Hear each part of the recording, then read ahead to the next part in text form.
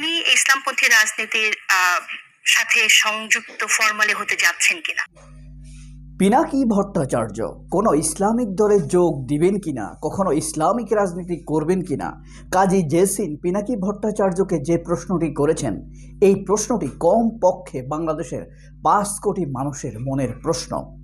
কেউ পিনাকিকে ভালোবাসুক আর না বাসুক, পিনাকির আদর্শে বিশ্বাস করুক বা না করুক, এই প্রশ্নটি কিন্তু সবার মনেই প্রজ্বলিত যে পিনাকি ভট্টাচার্য কখনো কোনো রাজনৈতিক দলে যোগ দেবেন কিনা, যেহেতু তিনি অতীতে রাজনীতি করতেন।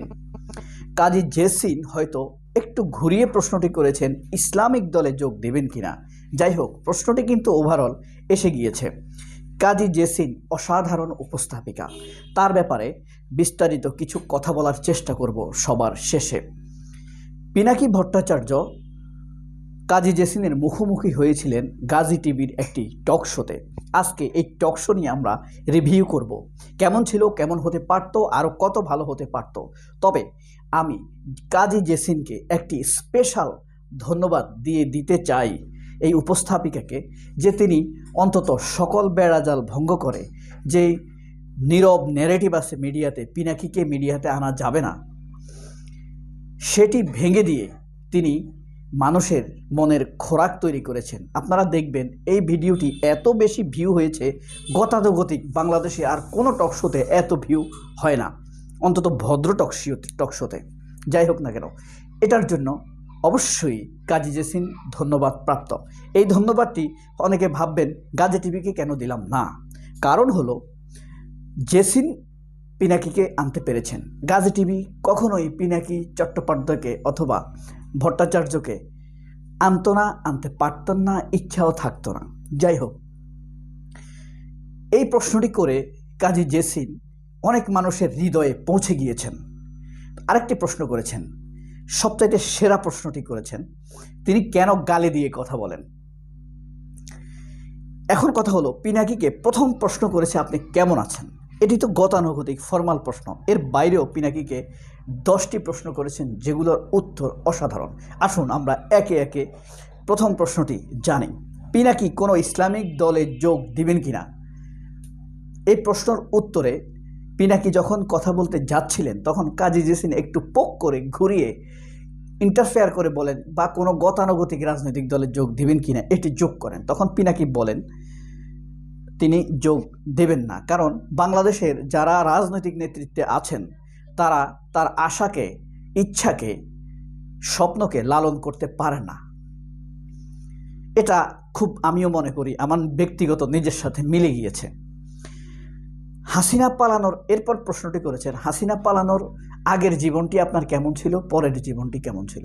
পিনাকি স্পষ্টতর উত্তর দিয়েছেন, হাসিনা পালানোর আগে যখন খুনি হাসিনা ক্ষমতায় ছিলেন, তখন তাকে অনেক কিছু লুকানো হতো। এমনকি ফ্রান্সে তিনি যেই প্রতিষ্ঠানে চাকরি করেন সেই প্রতিষ্ঠানের ঠিকানা, অফিস ঠিকানা, তার লিভিং ঠিকানা সব কিছুই তাকে গোপন রাখতে হতো। এখন তিনি বলেন অ্যাড্রেসগুলো, বাঙালিদের সাথে দেখা করেন, কথা বলেন, বিভিন্ন অনুষ্ঠানে সুযোগ পেলে যান।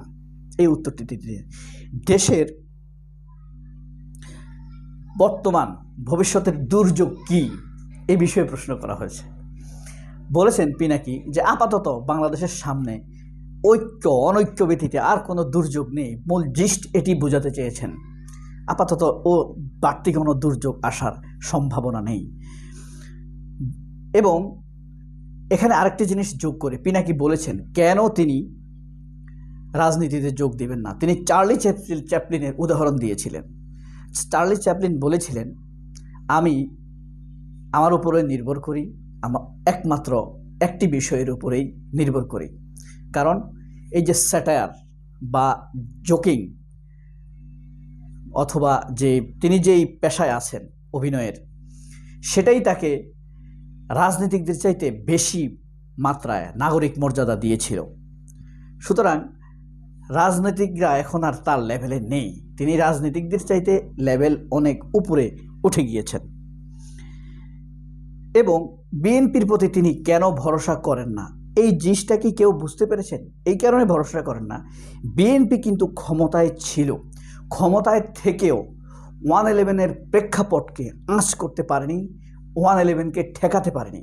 এখন যে বিএনপি বলছে ক্ষমতার বাইরে থেকে যে আমরা ক্ষমতায় গেলে এটি করব সেটি করব, এসব কথার উপরে খুব বেশি আস্থা রাখা যায় এমনটি কিন্তু বলা যায় না, ভরসা করা যায় না। কারণ কি, ক্ষমতায় থেকে যারা রাষ্ট্রীয় শক্তি উইংসগুলো ইউজ করে 111 ঠেকাতে পারেনি, এই 111 না ঠেকাতে পারার কারণেই বাংলাদেশে 17 বছরের জন্য জগদ্দল পাথরের মতো খুনি হাসিনা বসে গিয়েছিল সিন্দাবাদের ভূতের মতো আমাদের উপরে।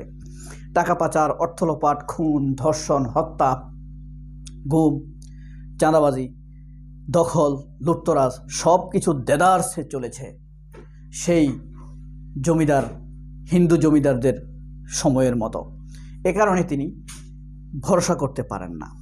এরপরে দেখেন পরাশক্তিগুলো, একটা প্রশ্ন করা হয়েছিল যে এই যে ভারত বা চীন বলেন, চীন তো না, চীন এটা করবে না, বা আমেরিকা বলেন, তারা কি চেষ্টা করবে কি না কখনো যে আওয়ামী লীগ ফিরে আসুক?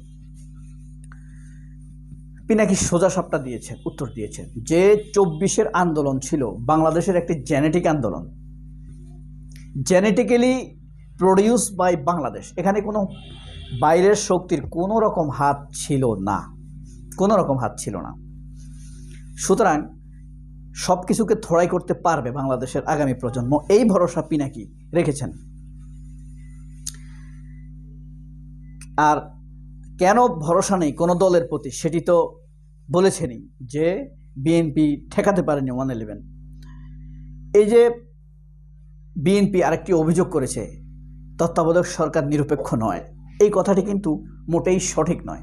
কারণ দেখেন, অ্যাটর্নি জেনারেল, সচিব, এসপি, ডিসি সব কিছু কিন্তু বিএনপির। যত পরিবর্তন হয়ে ভালো ভালো পজিশনে বসেছে এরা সবাই বিএনপির। অ্যাটর্নি জেনারেলকে আমরা দেখছি, তারেক রহমান এই যে খালেদা জিয়া একের পর এক মামলা থেকে মুক্তি পাচ্ছেন, এটি আমরা দেখছি না। সুতরাং মির্জা ফখরুলের এই কথাটি সঠিক নয়। কাজী জেসিনের ব্যাপারে আমরা কথা বলবো পরে। এরপরে দেখেন জামায়াতের সমালোচনা, প্রশ্ন করা হয়েছিল আপনি সব সরকারের সমালোচনা করেন, বিএনপির সমালোচনা করেন, জামায়াতের সমালোচনা করেন না কেন? এই প্রশ্নের উত্তরে পিনাকি বলেছেন, এক নাম্বার হলো জামায়াত ক্ষমতার কাছাকাছি নেই, বিএনপি প্রায় ক্ষমতায়, বলতেটি হচ্ছে, সুতরাং তাদের সমালোচনা তো করতেই হবে, আমার কাজই হলো ক্ষমতাকে সমালোচনা করা।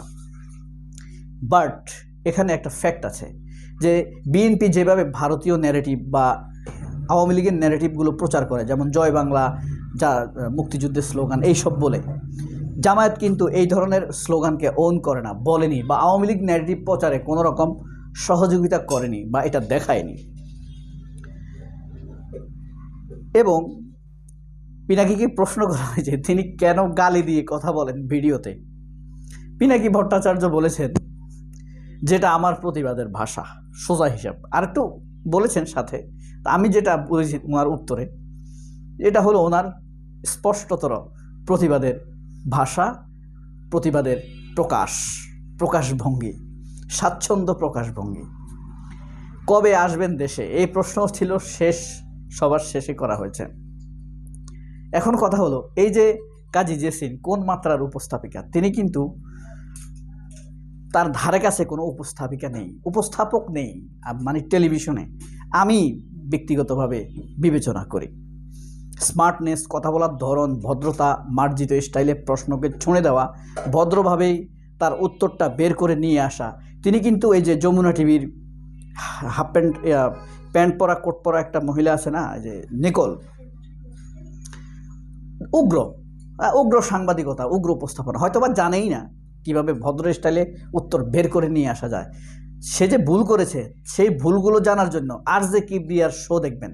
আরজে কিবরিয়া এই নিকোলকে অনেকগুলো উত্তর কিন্তু ভুল ধরিয়ে দিয়েছেন সূক্ষ্মভাবে, কৌশলে। তো সেই দিক দিয়ে আমি দেখি যে কাজী জেসিন অসাধারণ উপস্থাপিকা। আমি আগ থেকে তার অনুষ্ঠানগুলা দেখতাম, আর তার নলেজ অত্যন্ত ইনডেপথ অ্যান্ড ইনভেস্টিগেটিভ কোশ্চেন তিনি করতে পারেন। প্রশ্নের আড়ালে অনেক কথা থাকে, এমন প্রশ্ন তিনি করেন যার কাউন্টার আমি খালেদ মহিউদ্দিনকে মনে করি না। খালেদ মহিউদ্দিন ধরেন একটা উপস্থাপনা আরেকজনকে বদমাইশ বলে, মাতব্বর বলে, এগুলা তো ভাষা হতেই পারে না। হ্যাঁ, খালেদ মহিউদ্দিন তার ব্যক্তিগত ভিডিও বানান না পিনাকির মতো, যে গণমানুষের জন্য ভিডিও বানান না। তিনি একটি মানে নিজেকে আন্তর্জাতিক সাংবাদিক দাবি করেন, কিন্তু সেই হিসাবে তার ভাষা হয় না। এবং তিনি যথেষ্ট ফ্যাসিবাদী, এটা কিন্তু আলী রিয়াজ বলে দিয়েছে, আপনি ফ্যাসিবাদের পক্ষে দাঁড়িয়ে গিয়েছেন। তো সেই হিসাবে যদি আমি করি, কাজী জেসিন এনেছেন, তবে হ্যাঁ, কাজী জেসিনের একটি সমালোচনা করতে হয়। সেটি হলো, আমি যা দেখেছি পিনাকিকে কাজী জেসিন প্রায় সব প্রশ্নই করেছেন ব্যক্তিগত পর্দা কাজী জেসিন ছেদ করতে পারেননি ব্যক্তিগত প্রশ্নের মধ্যে। অথচ পিনাকিকে আরও নলেজ গ্যাদারিং করার মতো প্রশ্ন করা যেত, মানে জাতিকে অনেক কিছু জানানো যায় এমন প্রশ্ন করা যেত। তিনি কিন্তু, আপনি পছন্দ করেন বা না করেন, তার ভক্ত হন বা না হন, আপনি কিন্তু পিনাকিকে একজন ওয়াইজ পার্সন হিসেবে বিবেচনা করতে হবে, নলেজিয়াস পার্সন হিসেবে বিবেচনা করতে হবে।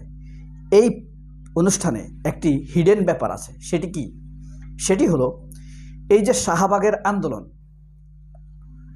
ফাঁসি চাই এরকম একটি ফ্যাসিবাদী দাবি তোলা হয়েছিল, সেখানে সিপিবির দলীয় নির্দেশ ছিল, পিনাকিকে যখন বলা হয়েছে আপনি শাহবাগের পক্ষে ছিলেন, সেখান থেকে সরে আসতে কত সময় লেগেছিল, তখন কিন্তু পিনাকি বলেছেন এটি দলীয় নির্দেশে ছিল আন্দোলনটি। তিনি বুঝতে পেরেছেন আরও আগেই। অর্থাৎ সিপিবি, ফ্রন্ট ইউনিয়ন, এই যে প্রথম আলোর যারা আঁতুড়ঘর, এরা ফেঁসে যাবে, কোনো সন্দেহ নেই। এই ফাঁসি চাই ফ্যাসিবাদী দাবির আড়ালে ছিল সিপিবি। সবাই অনেক ভালো থাকবেন। কাজী জেসিনকে অবশ্যই স্যালুট, তিনি একটি নতুন কাজ করেছেন উপস্থাপনার জগতে। অতীতে অনেক ভালো কাজ করেছেন, তিনি আবারও একটি নতুন কাজ করেছেন।